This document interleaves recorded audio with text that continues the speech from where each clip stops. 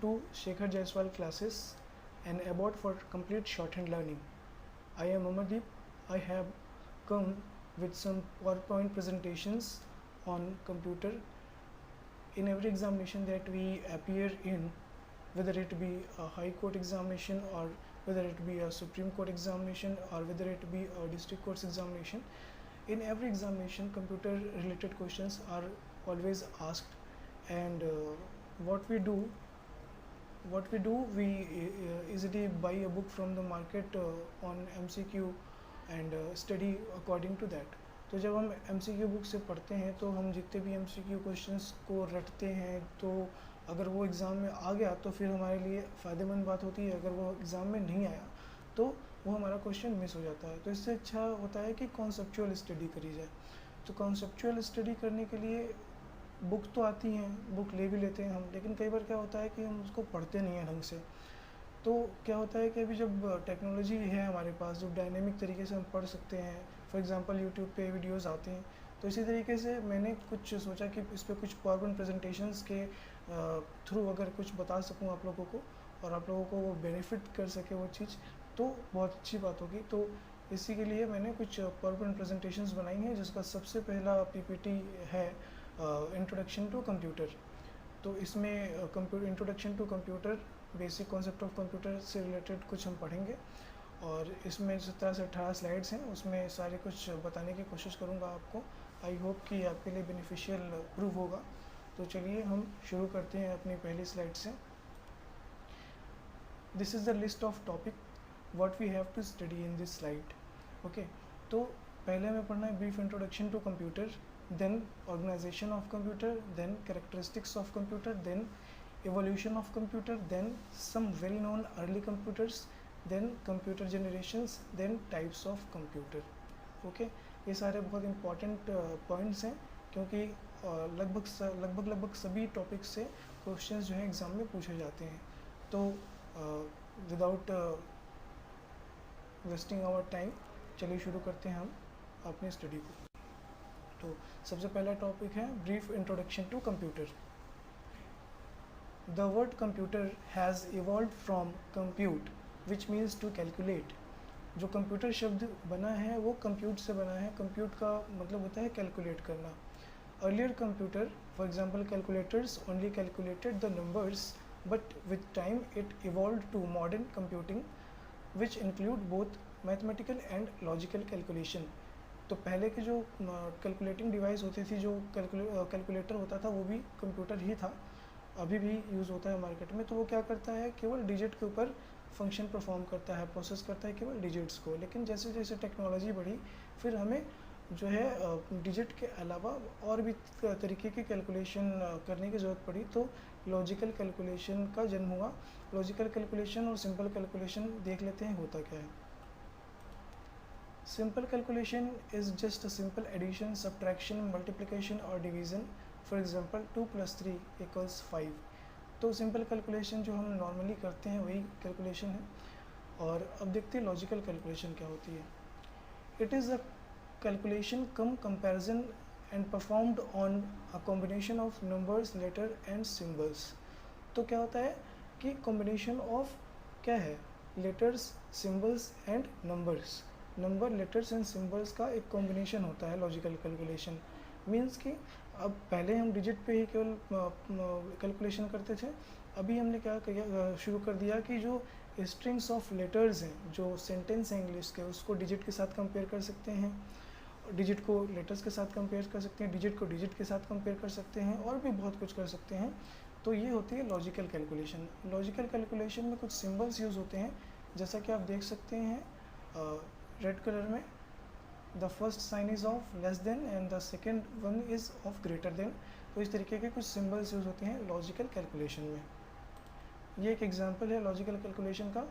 जैसे हम कभी कंप्यूटर में प्रोग्राम लिखते हैं तो हम कंडीशन देते हैं कुछ ना कुछ, जैसे कि हमें फॉर एग्जांपल सपोज़ करिए कि एक हमें मार्कशीट बनानी है किसी बच्चे की, तो हम क्या करते हैं, जस्ट उसका मार्क्स एंटर करते चले जाते हैं सब्जेक्ट के अगेंस्ट, और अगर वो पास है तो पास आ जाता है सब्जेक्ट के आगे लिख के, अगर वो फेल है उस सब्जेक्ट में तो फेल आ जाता है।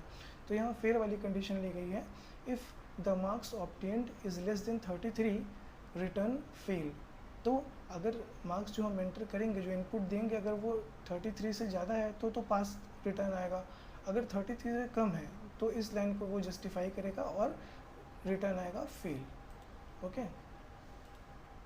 Computer is an electronic device built of different components called hardware and software.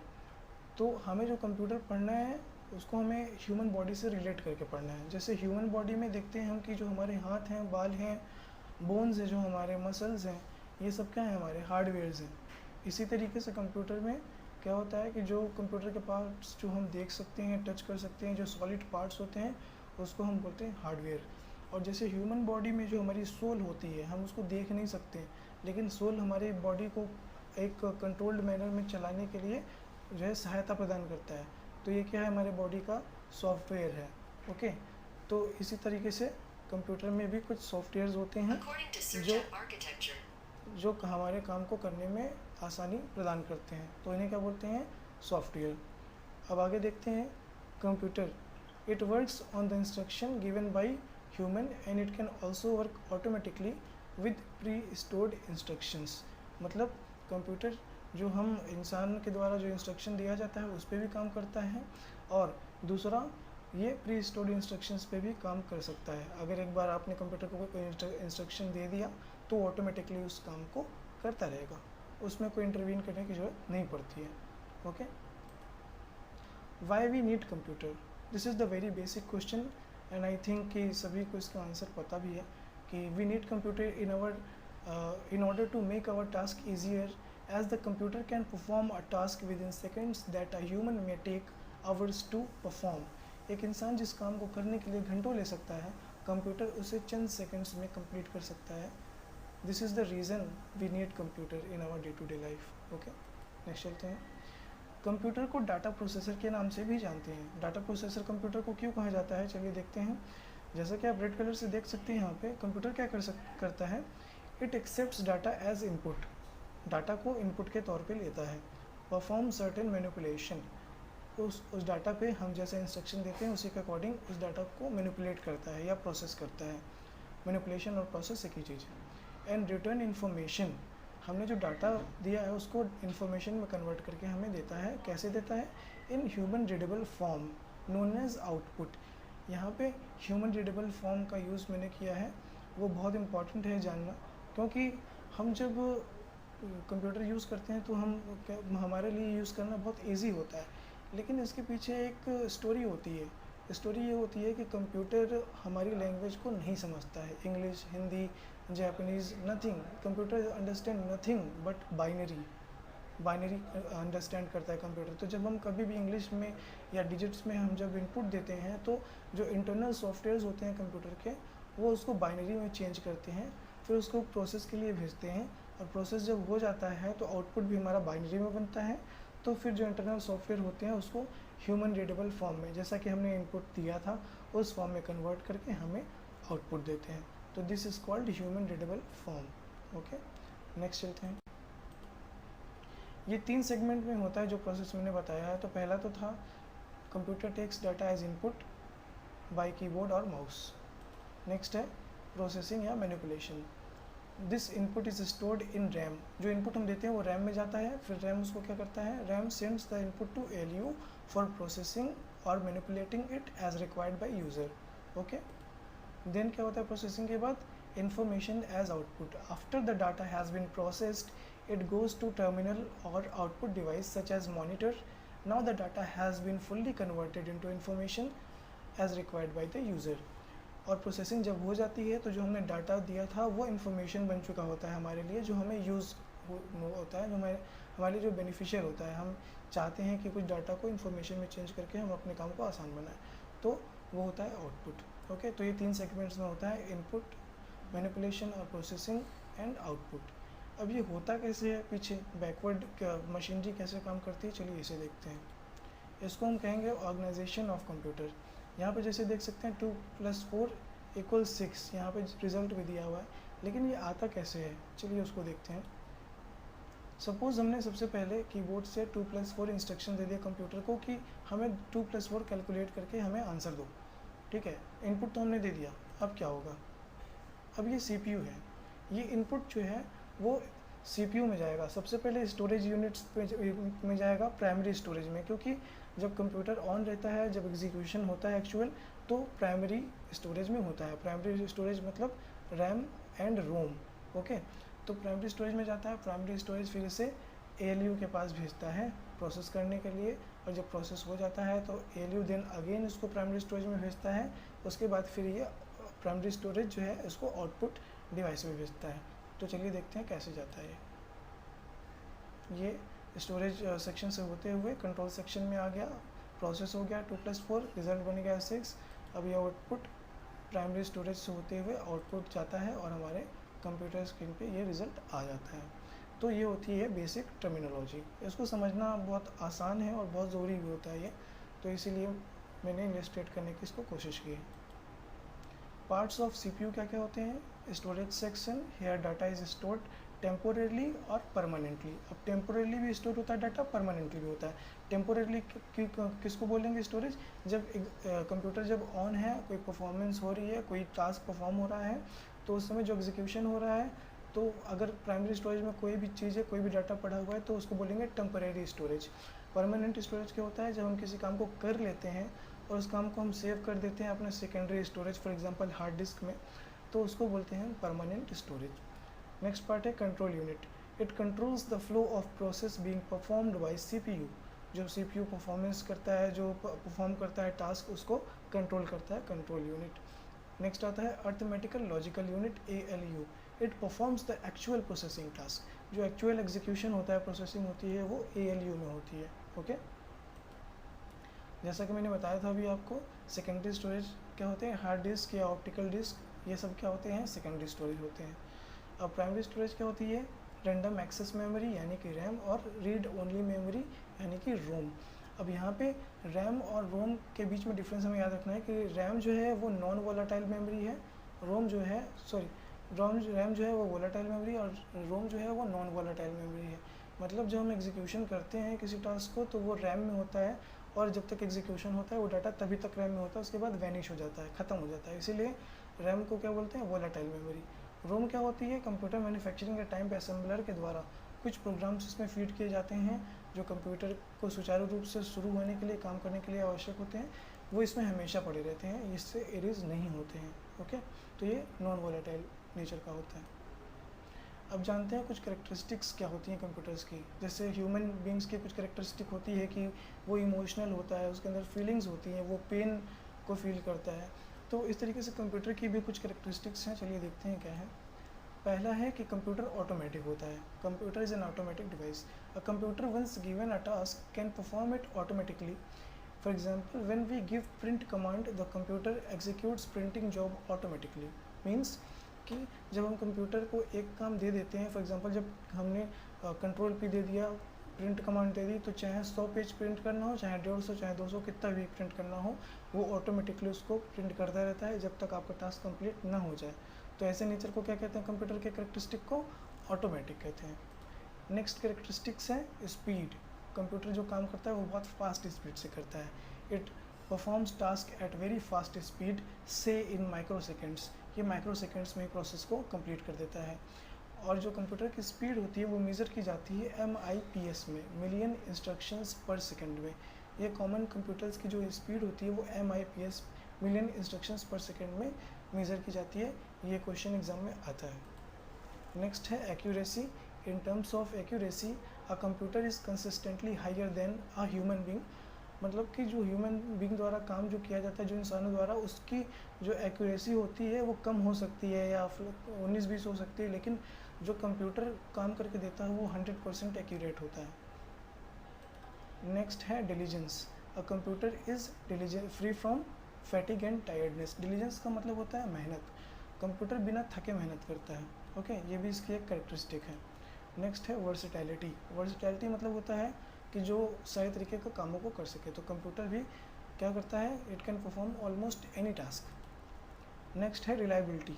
The results given by computer is reliable as it has no IQ and performs the task as instructed by the user.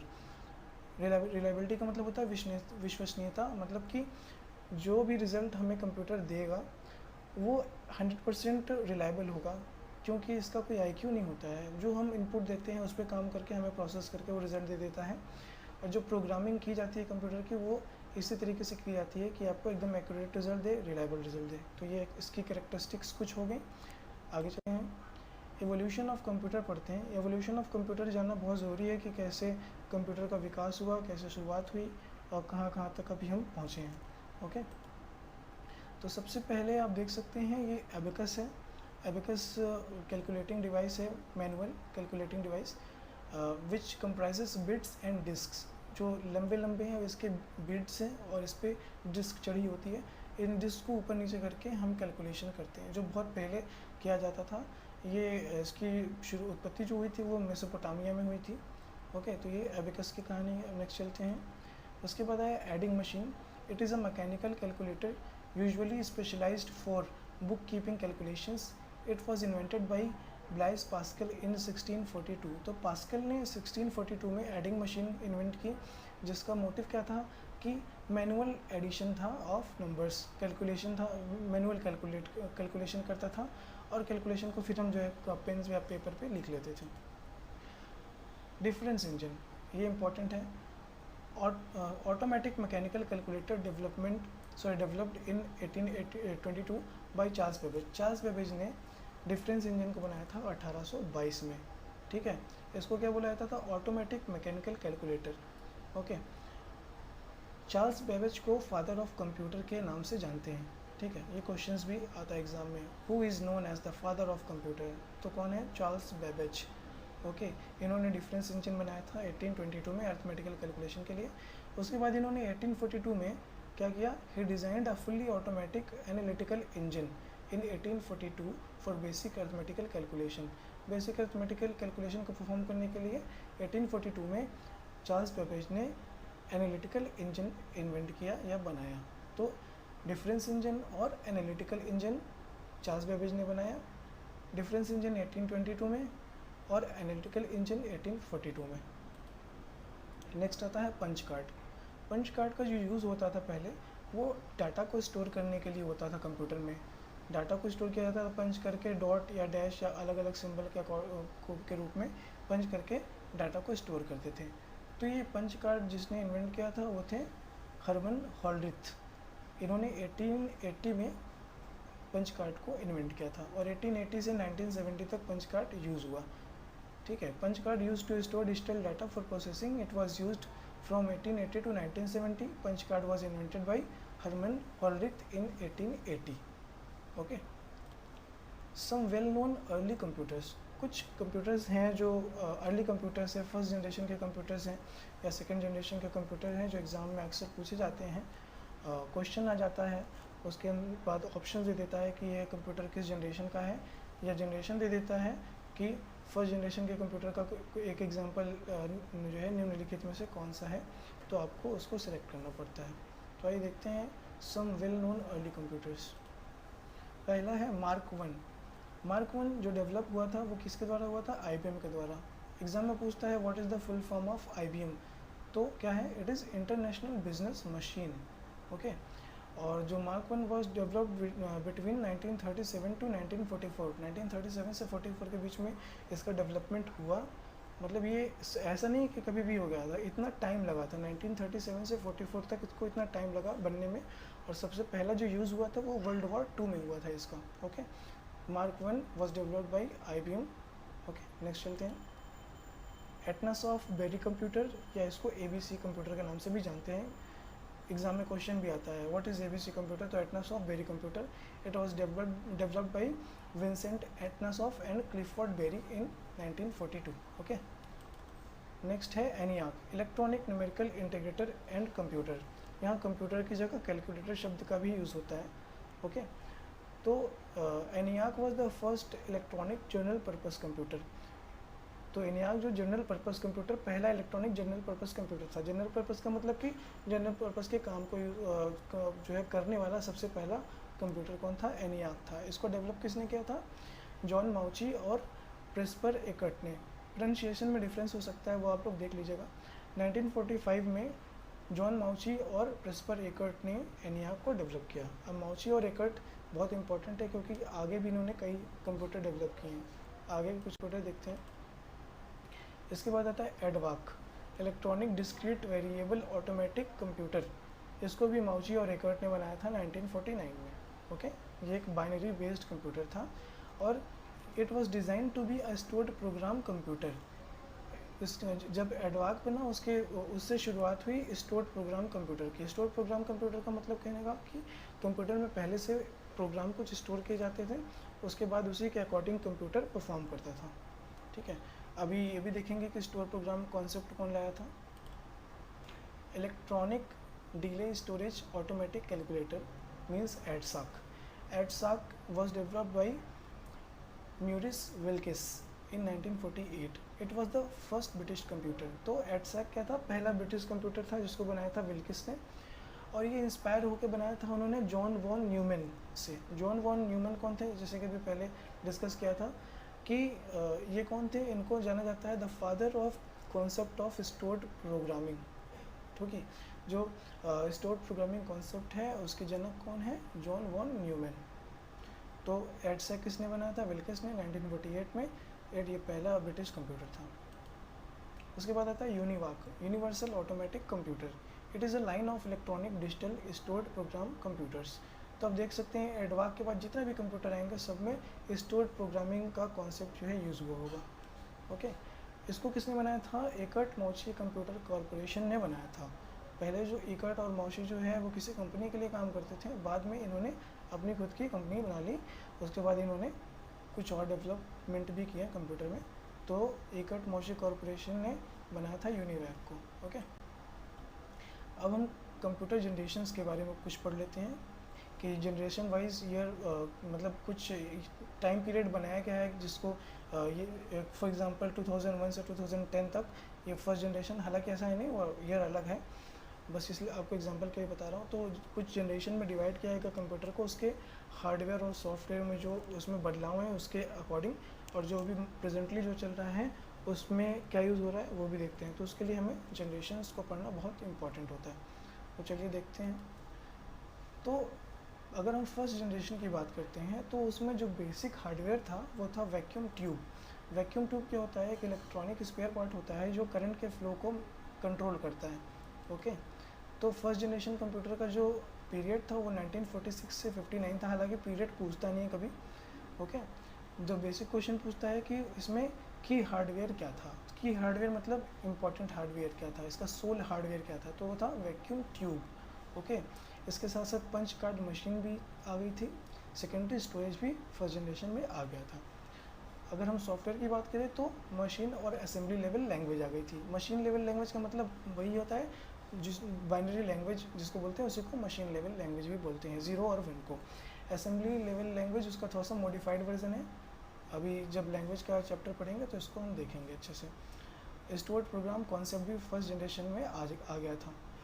कुछ examples हैं first generation computer के, ENIAC, एडवाक, एडसाक, यूनिवाक 1, IBM 701, ये सारे के सारे जो हमने भी पढ़े भी थे वो सारे एग्जांपल हैं फर्स्ट जनरेशन के। ओके, सेकंड जनरेशन में वैक्यूम ट्यूब की जगह क्या आया, ट्रांजिस्टर आया।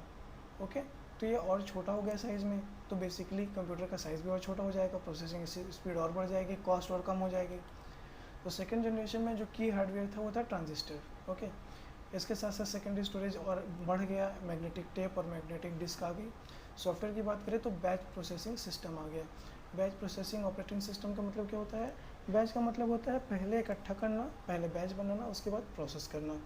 फॉर एग्जांपल अगर हमें कहीं एक जगह से दूसरी जगह के लिए जाना है बस से, तो जब भी हम बस स्टैंड पर जाते हैं तो बस में पहले एक एक करके सवारियां बैठती हैं। जब सवारी पूरी हो जाती है तो बस चलती है। तो इसी तरह बैच प्रोसेसिंग सिस्टम भी काम करता है कि पहले टास्क को एक्यूमुलेट किया जाता है। जैसे 3 टास्क हैं तो T1 + T2 + T3 इसको एक्यूमुलेट करते हैं, उसके बाद एग्जीक्यूट करते हैं उसको। ठीक है, तो ये बोलते हैं बैच प्रोसेसिंग, पहले इकट्ठा करना फिर प्रोसेस करना। उसके साथ ही साथ जो है हाई लेवल लैंग्वेज आ चुकी थी। पहले जनरेशन में मशीन और असेंबली लेवल लैंग्वेज थी और सेकेंड जनरेशन में हाई लेवल लैंग्वेज आ चुकी थी। हाई लेवल लैंग्वेज कहने का मतलब कि वो कंप्यूटर प्रोग्रामिंग लैंग्वेज जो हम इंग्लिश इंग्लिश में यूज़ कर सकते थे वो आ चुकी थी। पहले हमें हर चीज़ के लिए बाइनरी यूज़ करना पड़ता था, उसको बाइनरी में कन्वर्ट करना पड़ता था 0 और 1 में। अभी क्या है कि हम उसको इंग्लिश में इनपुट दे सकते थे कंप्यूटर को। ओके, कुछ साइंटिफिक कमर्शियल एप्लीकेशन भी आ गए थे। जो एग्जांपल्स है सेकंड जनरेशन के वो है हनीवेल 400, IBM 3070। थर्ड जनरेशन की अगर बात करें तो जैसा आप देख सकते हैं कि हार्डवेयर था integrated circuit. Integrated circuit means IC, ये बनी होती है सिलिकॉन की। सिलिकॉन एक सेमीकंडक्टर होता है, ठीक है। और ये सिलिकॉन वो सिलिकॉन नहीं है जिसके मोबाइल्स कवर बनते हैं, वो silicon that is different element and this is different, ठीक है। तो सिलिकॉन की बनी होती है। अब हार्ड सॉफ्टवेयर की बात करें तो टाइम शेयरिंग ऑपरेटिंग सिस्टम आ चुका था।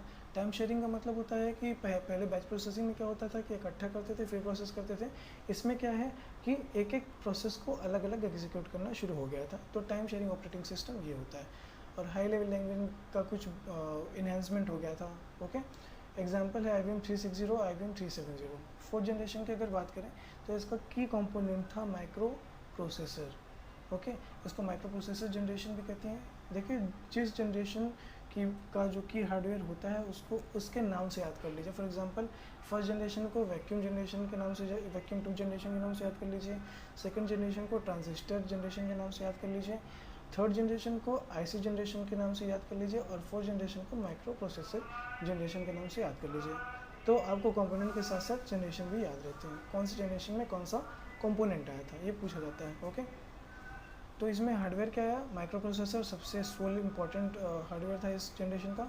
और IC का एक्सटेंडेड वर्जन आ गया था, very large scale IC। Okay, इसके साथ सेकेंडरी स्टोरेज में क्या आ गया था, फ्लॉपी भी आ गई थी।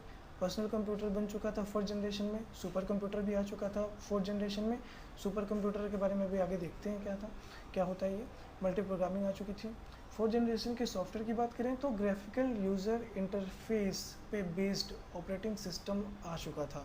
जो हम विंडोज़ 7 वगैरह जो यूज़ करते हैं, हमें जो इतने इजीली एक्सेस उसको कर सकते हैं वो किसकी वजह से करते हैं, GUI की वजह से, ग्राफिकल यूज़र इंटरफेस की वजह से। तो ये ग्राफिकल यूज़र इंटरफेस GUI पूछा जाता है एग्जाम में, इसको याद ध्यान रखिएगा।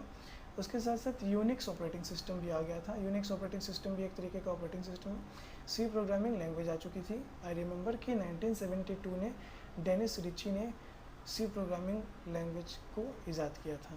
ये प्रोग्रामिंग लैंग्वेज है जिससे कंप्यूटर प्रोग्राम लिखा जाता था। ऑब्जेक्ट ओरिएंटेड प्रोग्रामिंग आ गई थी। पहले क्या था, प्रोग्रामिंग करने का तरीका दूसरा था। उसके बाद क्या था, अब फोर्थ जनरेशन में ऑब्जेक्ट ओरिएंटेड प्रोग्रामिंग आ गई। मतलब कि रियल वर्ल्ड के ऑब्जेक्ट्स को, मतलब यहाँ की समस्याओं को लेकर जो हमारी सोसाइटी को नीड है उसके अकॉर्डिंग हम प्रोग्रामिंग लिखने लगे, सॉफ्टवेयर्स बनाने लगे। ओके, एग्जाम्पल जो है फोर्थ जनरेशन के आप देख सकते हैं, IBM PC, Apple II, TRS-80, Cray 1, Cray 2, Cray XP। Okay, तो ये सारे एग्जाम्पल्स हैं। फिफ्थ जनरेशन की ओर चलते हैं। तो फिफ्थ जनरेशन में क्या था, सबसे इम्पॉर्टेंट पार्ट था वो था आर्टिफिशियल इंटेलिजेंस। आर्टिफिशियल इंटेलिजेंस को मैंने हार्डवेयर में शो किया है क्योंकि कुछ आर्टिफिशियल इंटेलिजेंस के इंस्ट्रूमेंट भी आते हैं जो हार्डवेयर होते हैं और कुछ सॉफ्टवेयर्स भी आते हैं। ओके, तो artificial intelligence was the sole element of fifth generation computer. इसके साथ साथ अल्ट्रा लार्ज स्केल IC आ गई थी, ऑप्टिकल डिस्क आ गई थी, नोटबुक कंप्यूटर आ गया था जैसे कि लैपटॉप। इंटरनेट पहले ही आ चुका था, इस जनरेशन में और अच्छा हो गया था इंटरनेट। ओके, ऑपरेटिंग सिस्टम की बात करें सॉफ्टवेयर में तो मल्टी थ्रेडिंग ऑपरेटिंग सिस्टम आ गई थी, पैरेलल प्रोग्रामिंग आ गई थी। पैरेलल प्रोग्रामिंग का मतलब होता है कि बहुत फास्ट स्पीड में कई इंस्ट्रक्शंस को परफॉर्म करना उसको बोला जाता है पैरेलल प्रोग्रामिंग। तो सुपर कंप्यूटर जो होते हैं वो पैरेलल प्रोग्रामिंग पे काम करते हैं। जावा प्रोग्रामिंग लैंग्वेज आ गई थी। वर्ल्ड वाइड वेब WWW जिसके निर्माता थे टिम बर्नर्स-ली, ये भी आ चुका था। मल्टीमीडिया इंट्रोड्यूस हो चुका था। कुछ एग्जांपल्स हैं, IBM नोटबुक, पेंटियम PCs, सन वर्कस्टेशन। और इसमें कुछ इमेज की वजह से नहीं दिख रहा है, वो कुछ सुपर कंप्यूटर्स के नाम है जैसे परम है, क्रे है, ये इसको आगे भी पढ़ते हैं। ये फिफ्थ जनरेशन में सुपर कंप्यूटर्स कुछ आ गए थे, उसको आगे देखते हैं। टाइप्स ऑफ कंप्यूटर जानना बहुत ज़रूरी है, इसमें मिसअंडरस्टैंडिंग होती है हमेशा। Generally computers are of 3 types, analog, digital and hybrid. Analog computer जो होता है, जैसे हमारी पहले सुई वाली घड़ी होती थी वो था एनालॉग कंप्यूटर। फिर हमारी डिजिटल घड़ी जब आई वो था हमारा डिजिटल कंप्यूटर। ओके, उसके बाद ऐसी घड़ी या ऐसा कोई मशीन जिसमें एनालॉग कंप्यूटर और डिजिटल कंप्यूटर दोनों की प्रॉपर्टीज़ होती हैं, उसको बोलते हैं हम हाइब्रिड कंप्यूटर्स। ओके, जो डिजिटल कंप्यूटर था वही आगे चल के अलग अलग कंप्यूटर फॉर्म में डिवाइड हुआ, जिसको हम कंप्यूटर के नाम से जानते हैं, जिसको पढ़ते हैं। ओके, तो सबसे पहले इस कड़ी में है super computer, next one is main frame computer, next is mini computer and the last one is micro computer. Okay, तो एक एक करके इनके बारे में देखते हैं। पहले हम बात करते हैं सुपर कंप्यूटर की। Supercomputer. What is supercomputer? Supercomputer are those which serve a specific purpose. For example, weather forecasting, climate research, oil and gas exploration, etc. They process data at tremendous speed. It is also called real-time processing. तो super computer क्या होता है, एक specific purpose के लिए बनाया जाता है। जैसे वेदर फोरकास्टिंग के लिए बनाया जाता है सुपर कंप्यूटर, क्योंकि सुपर कंप्यूटर इसलिए बनाया जाता है कि वेदर फोरकास्टिंग क्या है कि एकदम माइक्रो सेकंड्स में ही जो फ्लक्चुएट करके तुरंत जो चेंजेस होते हैं टेम्परेचर में किसी जगह पे, पूरे वर्ल्ड को जो मॉनिटर करता है, उसका डाटा बहुत फास्ट प्रोसेस होना मांगता है। तो क्या होता है कि इसके लिए सुपर कंप्यूटर बनाया गया। Okay, The performance of supercomputer is measured in floating point operations per second. It is also called flops. तो जो सुपर कंप्यूटर की स्पीड होती है वो फ्लोटिंग पॉइंट ऑपरेशंस पर सेकंड यानी कि फ्लॉप्स में मेज़र की जाती है, और जो कॉमन कंप्यूटर्स हैं उनकी MIPS million instructions per second में। ओके, नेक्स्ट है super computers are based on parallel processing. Super computer parallel processing पे बेस्ड होता है। लिमिटेशन क्या है, it is purpose oriented. Super computer जो होता है वो स्पेसिफिक पर्पस के लिए बनाया जाता है, इसीलिए दूसरे पर्पस में इसका यूज़ हम नहीं कर सकते। ओके, जो वेदर फोरकास्टिंग मशीन है उसका हम यूज़ क्लाइमेट रिसर्च के लिए या ऑयल और गैस एक्सप्लोरेशन के लिए नहीं कर सकते हैं। Okay, the first super computer CDC 6600 is considered as first super computer which was developed by Seymour Cray in 1964। तो भैया 1964 में सैमोर क्रे ने जो है CDC 6600 बनाया सुपर कंप्यूटर, और ये सैमोर क्रे ने किसी कंपनी के लिए बनाया था, तो ये सबसे पहला सुपर कंप्यूटर इसको कंसिडर किया जाता है।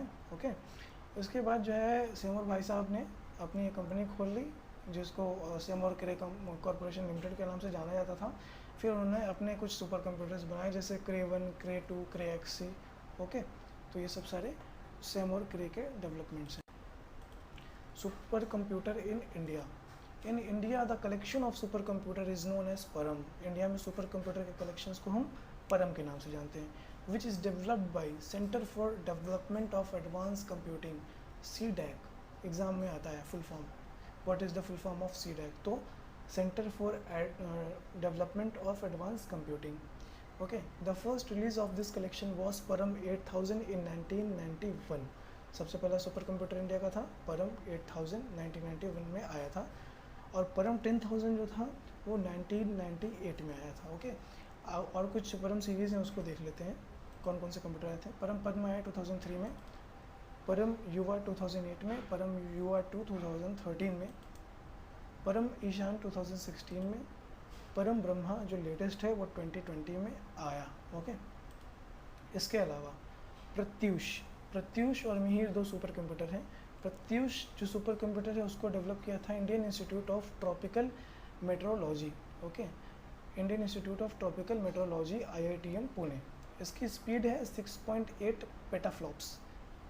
ये बता दूं आपको कि प्रत्यूष और मिहिर देख लीजिए, super computer established at national centre for medium range weather forecast Noida. तो इसका विकास जो है इन्होंने किया, 6.8 पेटाफ्लॉप्स इसकी भी स्पीड है। और प्रत्यूष और मिहिर इंडिया के सबसे फास्टेस्ट सुपर कंप्यूटर्स हैं। अगर एग्ज़ाम में क्वेश्चन पूछा जाता है कि the fastest super computer of India is, अगर एक भी ऑप्शन में तो वही सही होगा, दोनों ऑप्शन में नहीं आएंगे, अगर आएगा तो दोनों एक साथ आएगा। Okay, Pratyush and Mihir are the fastest super computer of India as of 2018। अब देखते हैं मेन फ्रेम कंप्यूटर क्या होता है। जैसा आप देख सकते हैं इमेज में, ये बड़े बड़े कुछ मशीन्स हैं, ये मेन फ्रेम कंप्यूटर्स हैं। Main frames are generally used by large organization for critical application bulk data processing such as census. तो थोड़ा सा स्लाइटली हम सुपर कंप्यूटर से नीचे की बात करें तो मेन फ्रेम आता है, इसकी प्रोसेसिंग बहुत हार्ड होती है, बहुत अच्छे तरीके से, बहुत फास्ट तरीके से प्रोसेस करती है। और क्या होता है कि main frame computer purpose oriented नहीं होता सुपर कंप्यूटर की तरह, इसको अलग अलग पर्पस में हम ला सकते हैं, यूज़ में ला सकते हैं। ओके, तो ये है मेन फ्रेम कंप्यूटर। उसके बाद है मिनी कंप्यूटर। मिनी कंप्यूटर इतना इंपॉर्टेंट नहीं है, जस्ट ये मेन फ्रेम और माइक्रो कंप्यूटर जो हम डे टू डे लाइफ में यूज़ करते हैं माइक्रो कंप्यूटर, उसके बीच का एक पार्ट है। Mini computer is a class of computer which means a computer that lies in the middle range of computing spectrum between mainframes and microcomputers. It was introduced in mid 1960s. Okay, अब चलते हैं micro computer की ओर, देखते हैं ये क्या है। Micro computers are the one that we use in our day to day life, जो हम कॉमनली यूज़ करते हैं, चाहे डेस्कटॉप हो, चाहे लैपटॉप हो, चाहे पाम टॉप हो, चाहे टैबलेट हो, ये सारे किसके एग्जाम्पल है? माइक्रो कंप्यूटर्स के। ओके, तो हम जो यूज़ करते हैं वो माइक्रो कंप्यूटर होता है, हमेशा याद रखिएगा। It comprises a CPU with micro processor, input output devices etcetera. Micro computer came into existence in 1970s and 80s with the advent of micro processor, यानी कि माइक्रो प्रोसेसर आया इसीलिए माइक्रो कंप्यूटर भी आया। ठीक है, नहीं आता तो नहीं आता। It is smaller in size in comparison to its predecessor main frame and mini computer. तो ये अपने बुजुर्गों, सो कॉल्ड बुजुर्ग जो इसके मेन फ्रेम और मिनी कंप्यूटर था उनसे साइज़ में बहुत छोटा है, जैसा कि आप देख सकते हैं। मेन फ्रेम देखा आपने बड़े बड़े होते हैं, सुपर कंप्यूटर बड़े बड़े होते हैं, माइक्रो कंप्यूटर्स बहुत छोटे छोटे होते हैं। Okay, this comes in different sizes like desktop, laptop, palm top, mobile, tabs etcetera. तो फ्रेंड्स, इस पावर पॉइंट प्रेजेंटेशन का ये लास्ट टॉपिक था, एंड आई होप कि जितना भी इसमें मैंने बताने की कोशिश की है आपको, वो आपको बेनिफिट करेगा एग्ज़ाम में जाके। तो अगर आपको ये वीडियो पसंद आई हो और आपके लिए बेनिफिशियल हो तो प्लीज़ लाइक कर दीजिएगा, and if you want you can also subscribe to the channel. Okay, thank you very much.